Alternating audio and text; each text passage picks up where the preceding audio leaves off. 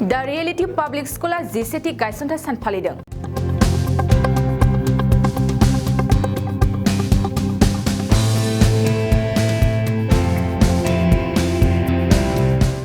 क'क्राझार सहरनि सोनाब फारसे थानाय सान्दामारिनि दा रियेलिटी पाब्लिक स्कुला गुबुन बोसोराव फालिबोबाय थानाय बादिनो देग्लायबो गाजा गोमजायै यस'थ गायसनथाय सान हाबाफारि फालिदों।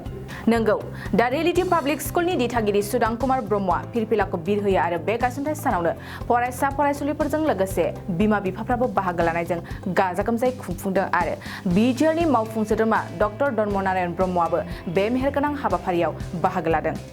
बे हाबाफारियावनो फरायसा फरायसुलिफोरनि मोसानाय हाबाफारि थागोन होनना खौरांगिरिनि गेजेरजों फोरमायथिदों। क'क्राझारनिफ्राय मिथिसार बसुमतारिनि खौरां बड'लेण्ड बुब्लि। जोंनि थाखाय जोबोद गोजोनथाव दिनैनि दिना, मानोना जोङो बेयो जाहैबाय जोंनि यस'थ फाउन्डेसन डे एन्ड काम एनुवेल डे। जोङो बेखौ बोसोरफ्रोमबो फालिनाय जायो।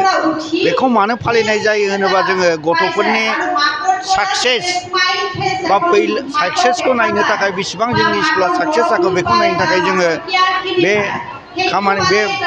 फोरबोखौ फालिनाय जायो। बेखायनो आङो बयबो बाहाय नुजाफैनाय गार्जेनफोरखौ साबायखर बावो। जोङो गार्जेननि हेफाजाबजोंसो फोरोंगिरि, गार्जेन, स्टुडेन्ट ज' लोगो लानानैसो जोंनि स्कुलखौ गिदिर मोजां रोखोमै क्वालिटि इडुकेसन होनो हायो। आरो आङो दिनै जोबोद गोजोननाय मोनदों। जोंनि मेनेजमेन्टआ मोनसे डिसिसन लादों, बोसोरफ्रामबो जोङो जे एसे स्कुलनिफ्राय आर्निं जायो, बे स्कुलनिफ्राय जोङो देग्लाय बोसोरनिफ्राय जानुवारिनिफ्राय जोङो स्टार्ट खालामनो सानदों। गोरिब न'खरफोरनो 2 लाखनि 2 लाख रांनि जोङो गंबा न' लुनानै होनाय जागोन प्रत्येक बोसोरावनो। देग्लायनि बोसोरनिफ्राय बेखौ जागायजेनगोन जानुवारिनिफ्राय। बेखौ फोसावनो मोननानै आं जोबोद गोजोननाय मोनदों। आरो बे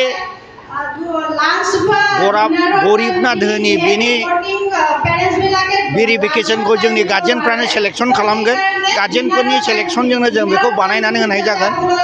जोङो जेब्लानाखि आंनि स्कुला सोलिबाय थागोन, दा रियेलिटी पाब्लिक स्कुल सोलिबाय थागोन, अब्लासिम जोङो बे खामानिखौ मावलांबाय थागोन होननानै आङो रायजो राजानो आंनि कमिटमेन्टखौ होनाय जाबाय। उनाव जोंनि बोर्ड एग्जामा जोंना क्लास 10 ना बोसोरब्रै जाबाय। जोंनाव दिनैसिमबो सेकेन्ड क्लास जाफेराखै, गासिबो फार्स्ट क्लासानो जाजोबदों।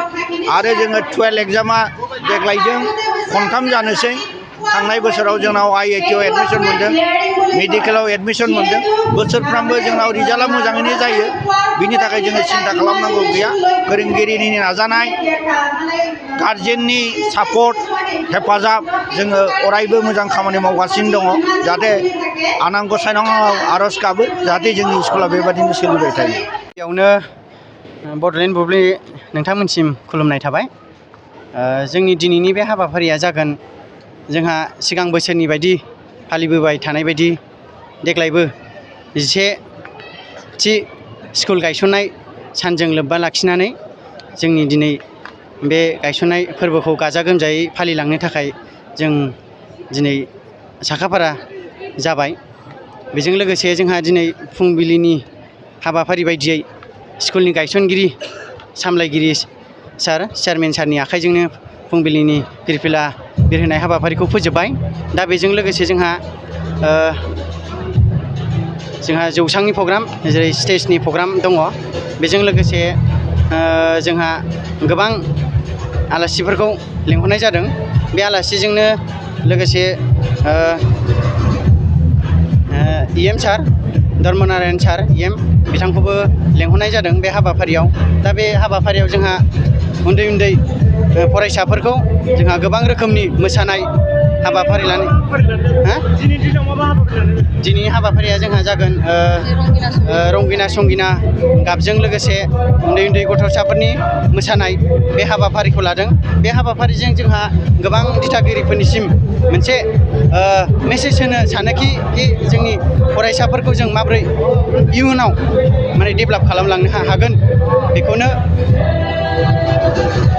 बेखौनो लोब्बा लाखिनानै दिनैनि बे स्कुल गायसननाय सानजों बे फोरबोखौ फालिनाय जादों।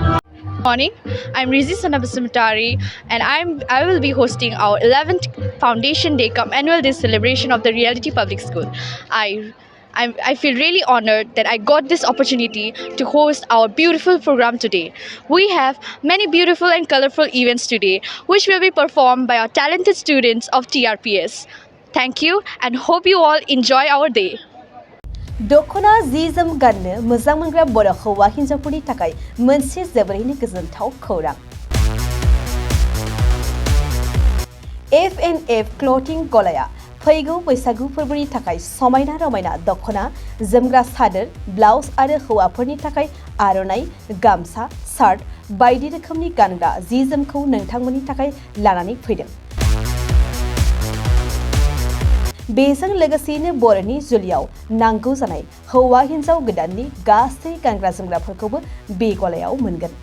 गसाइगाव टाउनजों नांजाबनाय राजापारानि गार्लस स्कुलनि अपोजिटआव थानाय F&F क्लथिं गलायाव बर'नि गाब गोनां समायना रमायना ड्रेसफोरखौ गोसोनि लुबैनाय बायदि मोननो हागोन।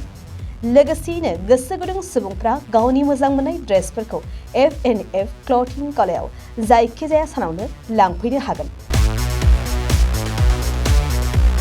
नोंथांमोना F&F क्लथिं गलायाव जि जोम आर'नाइ आरो गानग्रा ड्रेसफोरखौ लांफैनोब्ला नैबे मबाइल नम्बर 8472858324 आव थोंजों खौरां लाहरनो हागोन।